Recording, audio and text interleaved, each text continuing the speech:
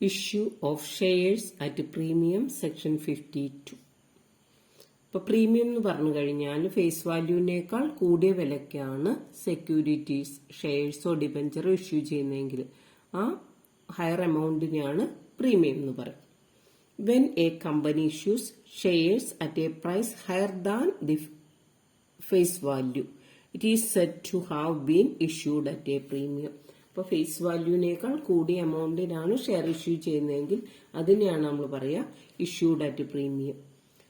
Example നോക്കുക. Suppose a share of ₹100 is issued at ₹110. 10 is the amount of premium per share.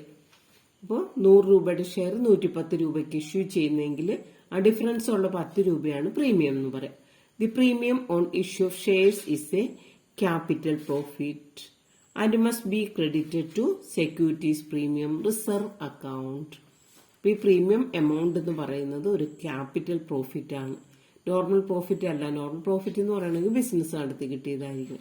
It must be shown in the balance sheet liability side under the head reserves and surplus. ഈ amount reserves and surplus എന്ന ഹെഡിലാണ് കാണിക്കുന്നത്.